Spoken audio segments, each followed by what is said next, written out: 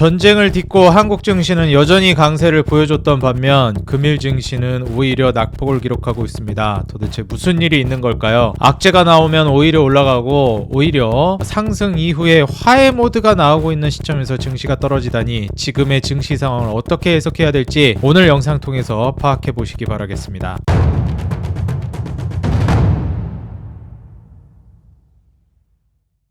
네, 반갑습니다. 주식장인 유튜브 구독자 여러분들, 주식장인입니다. 이번에 이제 미국 증시가 상당히 좀 올라가는 모습을 보여줬고요. 거기에 대해서는 월스트리트 저널을 통해서 발표된 이제 이슈가 가장 좀 중요한 역할을 했다라고 보여집니다. 이란이 이스라엘이랑 미국의 휴전 협상 희망 신호를 다급하게 보냈습니다. 그래서 이제 이스라엘 같은 경우에는 무력 공방을 지금 이란하고 벌이고 있는데, 이란이 이제 공격을 서로 상호간에 좀 중단한다. 라고 하면은 이제 핵 협상 재개를 이제 원한다라고 신호를 보냈습니다. 그래서 이스라엘이랑 미국에다가 보낸 이후에 이제 미국이 이스라엘의 그 이란 공격 참여하는 거에 같이 이제 참여를 하지 않으면은 뭐 미국과 핵 협상 이제 테이블에 돌아오겠다, 이렇게 이제 열린 입장을 보였어요. 그러다 보니까 지금 원래 이제 미국이랑 이란이랑 오만에서 이제 6차 핵 협상 개최하기로 했었는데, 이스라엘의 이제 이란 핵시설 등에 대한 대규모 공격을 감행하면서 협상이 이제 취소가 됐거든요. 근데 이렇게 된다라고 하면 이란이 아무래도 좀 다급해지는 측면을 보이면서 한층 좀 수그러드는 메시지를 보이는 것이 아닌가, 좀 이렇게 보여지고 있습니다. 그래서 이란 같은 경우에는 뭐 무력 공방을 이제 억제하는 게 서로 이제 이익이 되니까 이스라엘도 그렇고 미국도 그렇고 좀 전반적으로 미국이 좀 중재자 역할을 해주면 어떨까, 여기에 대한 좀 기대감도 가지고 있는 게 아닌가 생각이 듭니다. 그래서 간밤에 이제 이슈가 좀 나와줬는데요. 보시게 되면 이제 이란이 다급하게 좀 휴전을 하려고 하는 액션을 취하고 있다라는 거, 이걸 이제 우리가 확인할 수 있습니다. 자, 제가 이제 이전 영상을 통해서도 악재와 호재가 만났을 때 유동성이라는 호재와 전쟁이라는 악재가 충돌하게 되면 결국 누가 이기는지를 증시에서 봐야 한다. 근데 어제 증시 같은 경우에는 오히려 올라가는 모습을 보여줬다, 이렇게 좀 말씀을 드렸습니다. 그래서 호재의 강력함이 악재를 이겨냈다, 이렇게 좀 말씀을 드렸는데요. 지금 오히려 이제 이란이랑 이스라엘 관련해서도 이슈가 이제 나오면서 휴전 협상에 대한 희망을 내비치고 있는데, 오히려 이제 국내 증시 같은 경우에는 좀 윗꼬리를 달고 떨어지고 있는 모습을 보여주고 있습니다. 그래서 이게 뭐지? 왜 지수가 조정이 나오지? 하고 이제 생각을 하게 되는데, 국내 이제 증시를 살펴보게 되면 장 초반에 좀 강세였다가 좀 뜨뜻미지근하면서 안 좋아진 게, 특히 뭐 조선이라든지 방산이라든지 원전이라든지 전체적으로 조정이 나오고 있거든요. 기존에 이제 대장 섹터들이 좀 조정이 나오고 있다라는 게 굉장히 좀 중요한 포인트라고 저는 보여집니다. 그래서 제가 일전에도 한번 이제 손바뀜이 이루어지게 되는 구간이 한번 올 것이다.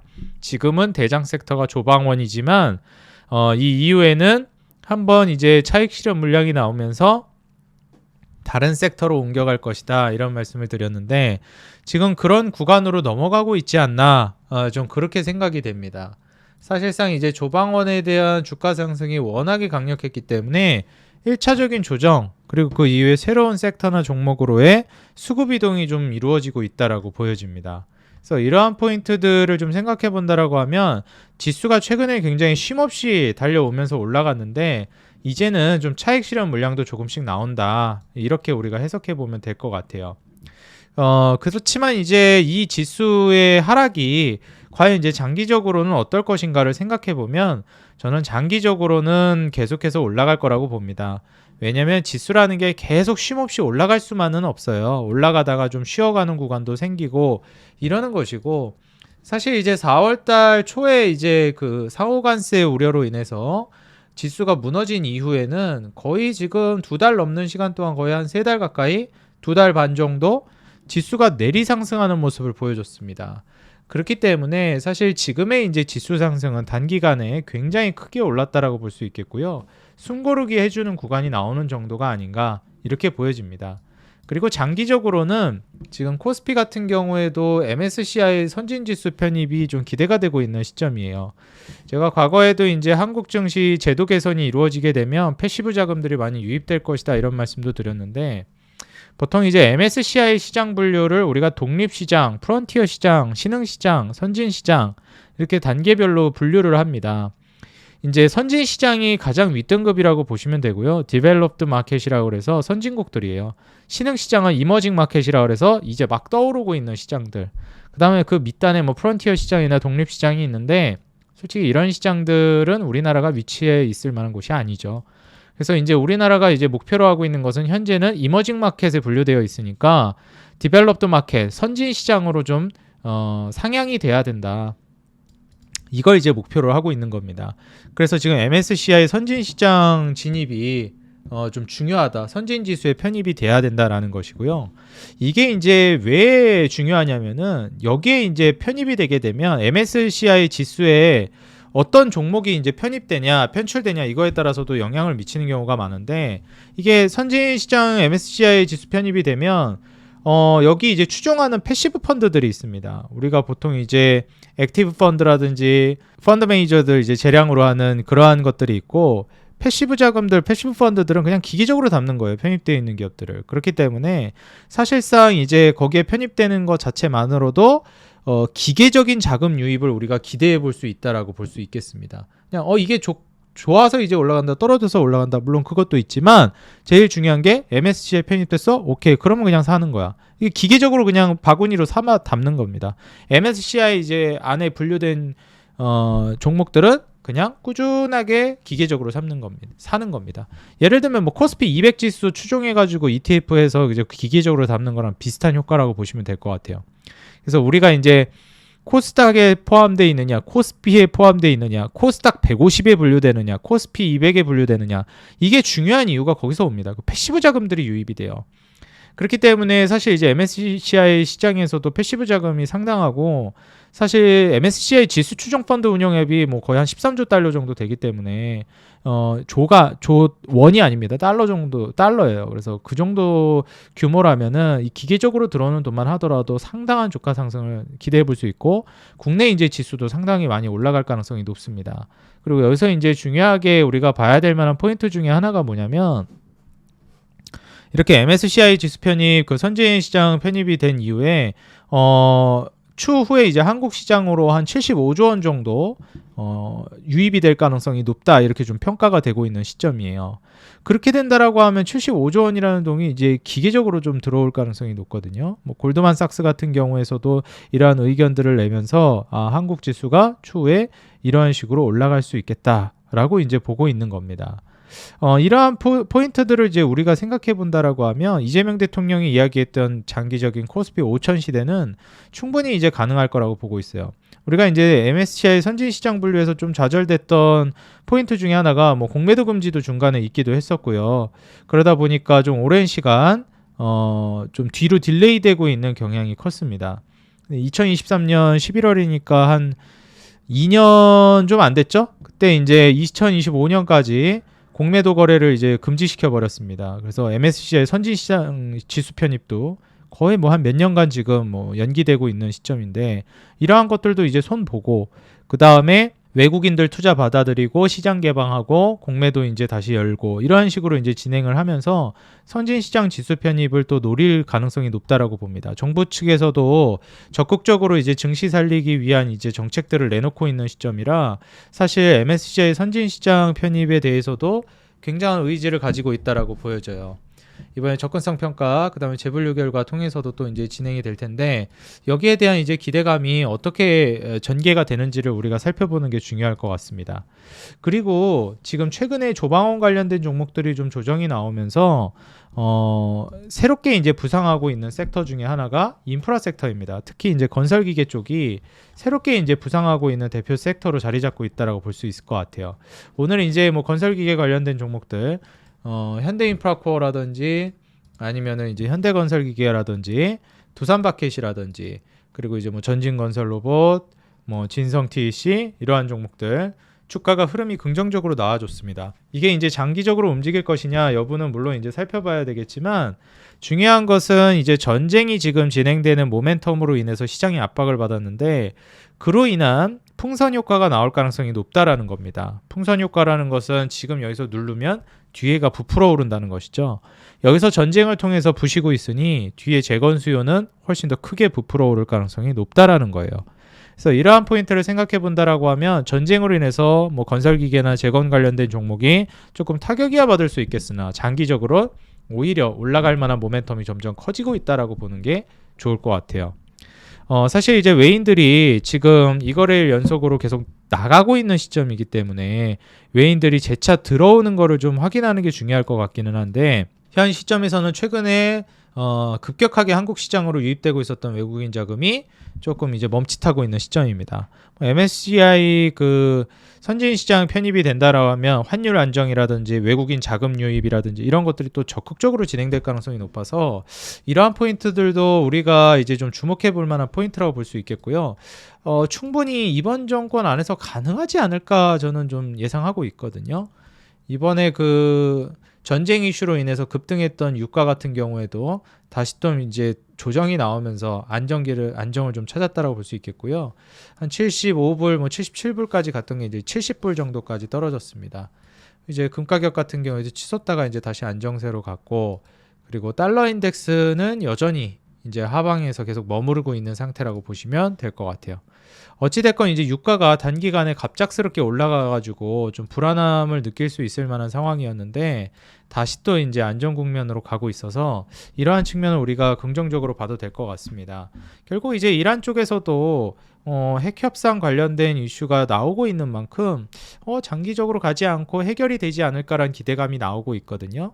그럼 전쟁이 이제 해결된다라고 하면 이제 인프라 관련된 종목들 본격적으로 경기 부양을 위해서도 그렇지만 전쟁으로 인해서 부서진 것들을 다시 재건하는 수요까지 생각해 본다라고 하면, 그리고 원자재 관련된 인프라, 에너지 인프라까지 우리가 생각을 해봤을 때는 수요는 분명히 앞으로 계속해서 증가할 수밖에 없습니다. 근데 이제 그게 주가에 반영되는 게 어느 시점이 있느냐가 가장 이제 중요하다라고 볼 수 있겠죠. 근데 이제 오늘 같은 경우에도 서서히 주가가 이제 반응하고 있는 시점이기 때문에 이러한 포인트들을 생각해 본다라고 하면 건설기계 종목들을 지금부터 좀 눈여겨보는 게 좋을 것 같다고 말씀드리고 싶습니다. 자, 그렇다라고 하면 건설기계 종목들은 무슨 종목을 보는 게 좋을지, 그리고 어떤 기준으로 살펴보는 게 좋을지 같이 한번 살펴보면서 좋은 기업을 선정하는 방법에 대해서도 좀 언급을 드리려고 합니다. 제가 이제 그 좋은 기업을 분류할 때 차트가 바닥을 딛고 돌아서고 있는지, 상방으로 다시 전환을 해주고 있는지, 그리고 아니면 아예 신고가 영역을 돌파해주는지, 이런 이제 상방 추세에 있는 종목들을 보고요. 이게 굉장히 중요한 포인트 중에 하나인데, 재무적인 기준은 외형 성장과 질적 성장을 봅니다. 외형 성장은 매출, 영업이익, 순이익 이러한 것들의 수치가 절대적으로 올라가는 걸 이야기하고요. 질적 성장은 하나를 팔아도 많이 남는 구조로 사업을 운영하고 있는가, 이걸 봅니다. 예를 들면 100만 원을 팔아도 50만 원을 남기는 사업 구조가 있고, 뭐 업황이 좋아지면 100만 원에 한 6, 70만 원, 뭐 80만 원을 남기는 구조가 될 수도 있는 거예요.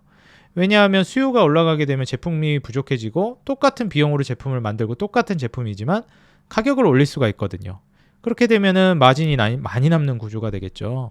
그래서 이 마진율을 봅니다. 영업이익률과 순이익률인데요. 이게 올라가고 있는 게 좋고, 아무리 못해도 비슷한 수준을 유지해주는 정도만 돼도 뭐 나쁘지는 않습니다. 그래서 이러한 질적 성장인 마진율과 외형 성장인 매출, 영업이익, 순이익이 증가하는지, 이 두 가지를 이제 중점적으로 보고, 그 다음에 배당 성향이나 아니면 PER, PBR이나 아니면은 뭐 부채 비율이나 이런 것들을 좀 보는 편입니다. 두산바켓을 같이 살펴보시게 되면요, 지금 매출이나 영업이익, 순이익이 이제 증가하고 있는가를 봤을 때 2023년도에 거의 10조 근처까지 이제 두산바켓이 매출이 늘었었습니다. 그리고 영업이익도 거의 1조 4천억 근처까지 갔었고, 순이익도 9천억까지 2020년도부터 2023년까지 꾸준하게 증가했어요. 근데 이게 2024년 들어서면서 매출, 영업이익, 순이익이 모두 쪼그라드는 모습을 보여주면서 조정이 나왔습니다. 그래서 실제로 작년에 이제 주가가 좀 조정이 많이 나왔어요. 이때 보시면 아시겠지만 주가 조정이 좀 나왔죠. 근데 이제 올해부터는 추가적인 이제 조정이 나오는 거 아니냐, 이러한 좀 우려도 있습니다. 매출 늘어나는데 영업이익이나 순이익은 비슷하거나 좀 줄을 수도 있다라고 전망되고 있거든요. 근데 이제 내년부터가 중요하다라고 보고 있는데, 매출, 영업이익, 순이익 모두 이제 지속적으로 우상향할 걸로 기대가 되고 있어가지고 사실상 올해 말부터는 현대인프라 뭐 이제 두산바켓 같은 건설기계 종목들은 좀 수혜를 받을 가능성이 높다라고 평가되고 있습니다. 그래서 사실 이제 마진율 같은 경우에도 14%까지 영업이익률이 찍혔었는데 원래 한 9.2%에서 이렇게 올라간 거죠. 이게 10%까지 떨어지고 9%까지 떨어졌다가 이제 내년엔 거의 한 10% 정도, 내후년에 10.4% 이렇게 이제 성장이 전망돼요. 그리고 이제 순이익률 같은 경우에도 6%까지 떨어졌다가 이제 7.2%까지 성장이 기대되고 있는 시점입니다.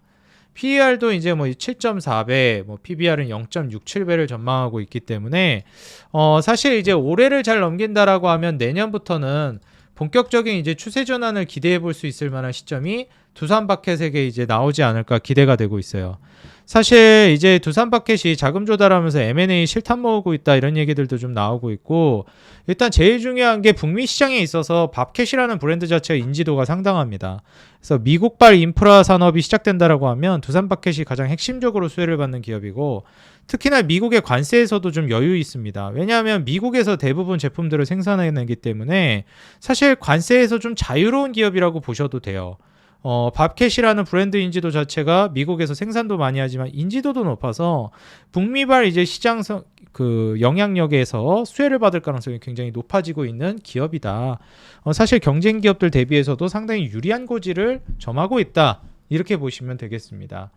그 다음에는 이제 현대 HD 현대그룹주에 해당되는 HD 현대건설기계와 HD 현대인프라코어입니다.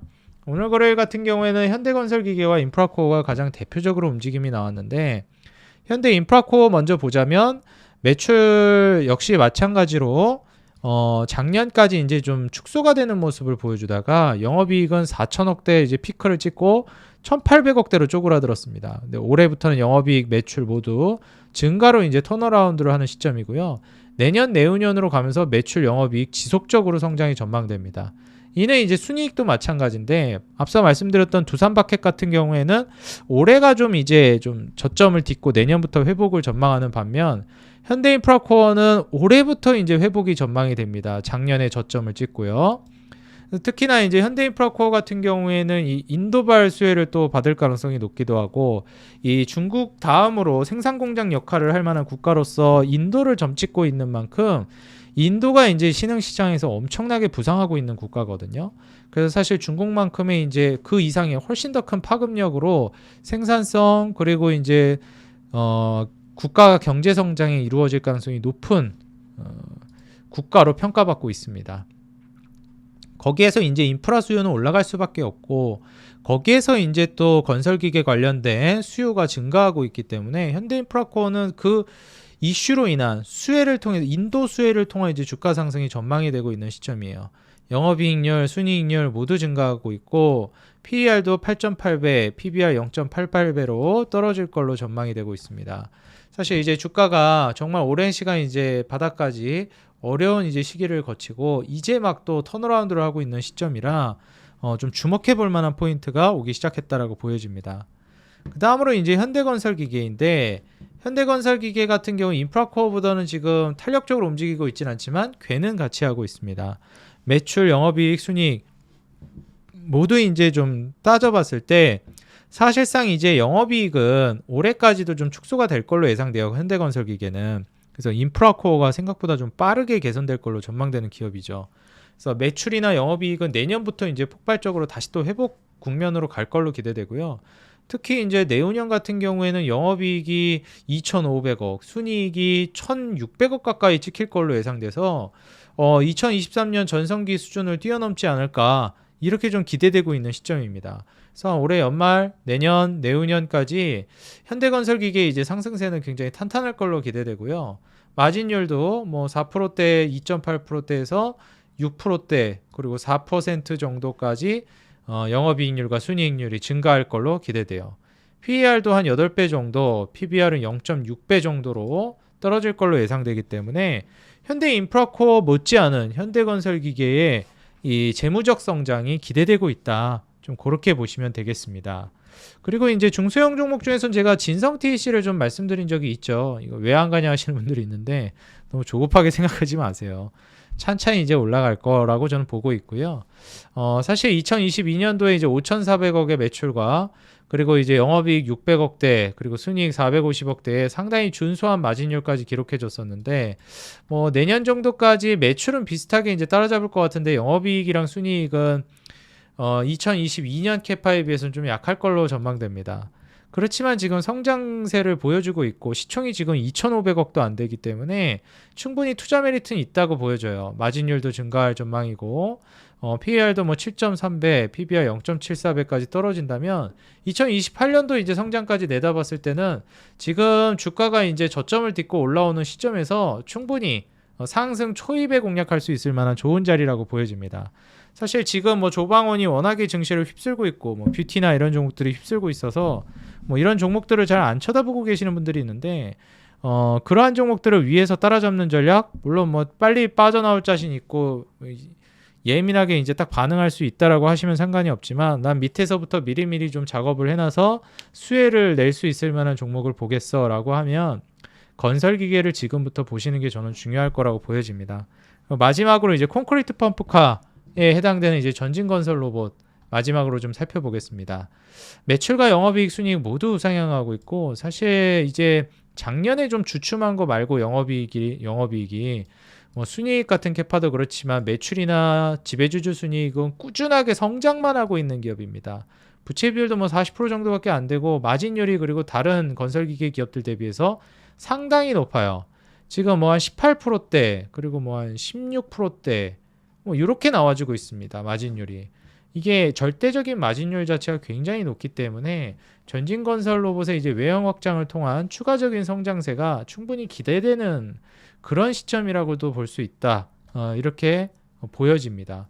마진율이 절대적으로 높으니까 PER도 상대적으로 더 고평가되어 있죠. 그래서 마진율이 높다라는 것은 이게 사실 이 싼 값에 나올 수가 없는 주식들입니다. 절대적인 마진율이 높은 기업들은 PER이 낮기가 어려워요. 그래서 지금 현재 뭐 한 20배 정도, 내년에는 한 19배 정도 이렇게 될 걸로 예상되는데 전진건설로봇 역시도 이제 재건 수요의 1등 공신 기업 중에 하나인 만큼 함께 같이 꼭 보셨으면 좋겠고요. SY스틸텍도 이제 테마로 많이 움직이는데 이익이 뭐 사실 그렇게 막 두드러지는 이익을 내고 있는 기업은 아니어가지고 테마 정도로만 그냥 살펴보시면 좋을 것 같습니다. 그래서 핵심적으로는 전진건설로봇이나 두산박해, 현대건설기계, 현대인프라코어, 진성TC 이 정도 종목들을 집중적으로 좀 보시면 좋을 것 같다 생각이 들고요. 결국에는 이제 추후에 우리나라 국내 이제 인프라 사업이 부흥을 한다라고 하면 시멘트 관련된 종목들이나 이러한 쪽까지 이제 수혜를 받을 가능성이 높으니 거기까지 한번 살펴보시면 좋을 것 같다. 조언을 드립니다.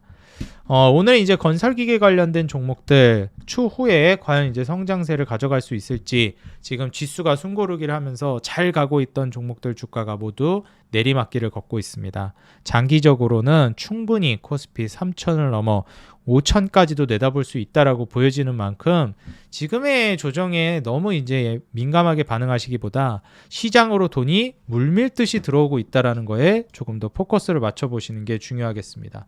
보시다시피 이미 제가 고객 예탁금 60조가 아주 상징적인 숫자라고 말씀드렸는데 돌파한 지는 지금 벌써 오랜 시간이 지났고 그 위로 쭉쭉 예탁금이 급등을 하면서 급등이 아니죠. 급증을 하면서 주식 투자를 하겠다라고 하는 투자자들의 돈들이 물밀듯이 들어오고 있습니다.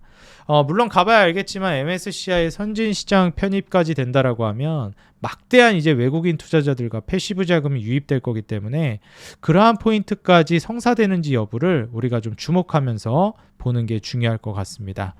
오늘 영상뿐만 아니라 앞으로도 내가 어떻게 주식 투자를 해야 될지 감을 잘 못 잡겠다 하시는 분들은 제가 텔레그램방 통해서 우리 구독자 여러분들께 무료로 제가 시황이라든지 증시에 대해서도 계속 잡아드리고 있습니다. 현재 영상을 시청하고 계시는 구독자 여러분들이나 이제만 오신 분들 무료 텔레그램방에서 제가 각종 시황 정보들 올려드리고 요약해드리고 증권 정보 공유해드리고 있으니까요. 내가 지금 투자를 어떻게 해야 될지 모르겠다 하시는 분들은 투자 전략도 여기서 꼭 받아가시기 바랍니다. 제가 엄선한 제약바이오와 로봇 종목들 분석까지 올려놨고 제가 직접 사용하는 검색식도 무료로 다 드리고 있으니까 꼭 오셔서 혜택 받아가시기 바랍니다. 여러분들 감사한 마음에 제가 준비한 거니까 이거 안 가져가시면 손해입니다. 꼭 오셔서 시황 브리핑 받으시고 리포트들도 검색식도 다 가져가시기 바랍니다. 텔레그램방 참여하는 방법은 이 영상 하단에 더보기란이랑 고정 댓글에다가 텔레그램방 링크 남겨놨습니다. 비밀번호도 없고요. 링크 클릭하면 바로 입장되니까 꼭 클릭하고 오셔서 도움받아 가시기 바랍니다. 채널 홈에 들어오시게 되면 채널 홈에도 더보기란에 이렇게 텔레그램방 링크 남겨놨어요. 여기 통해서 클릭해서 입장하셔도 되고요. 최근 우리 구독자 여러분들 사랑에 힘입어서 구독자 83,000명을 앞두고 있습니다. 이제 곧 있으면 10만을 향해서 달려가고 있는데요. 여러분들의 많은 관심 진심으로 감사드린다 말씀드리면서 아직 구독을 눌러주지 않으셨거나 이제 막 채널을 알게 되신 분들은 구독과 좋아요 그리고 알림 설정해 주시면 더 돈 되는 정보, 도움되는 주식으로 보답하겠습니다. 그리고 짧게나마 응원 댓글 달아주시는 거 영상 제작하는데 너무 큰 힘이 되고 있습니다. 조금만 시간 내셔서 짧게나마 응원 댓글 달아주시면 감사하겠습니다. 항상 우리 개인 투자자 여러분들의 수익 그 하나만을 위해 여러분들이 돈을 벌어야 제가 돈을 번다는 모토로 앞으로 구독자 10만, 100만을 넘어서까지 꾸준히 정진해 나가도록 하겠습니다. 지금까지 주식장인이었습니다. 감사합니다. 행복한 하루 되세요.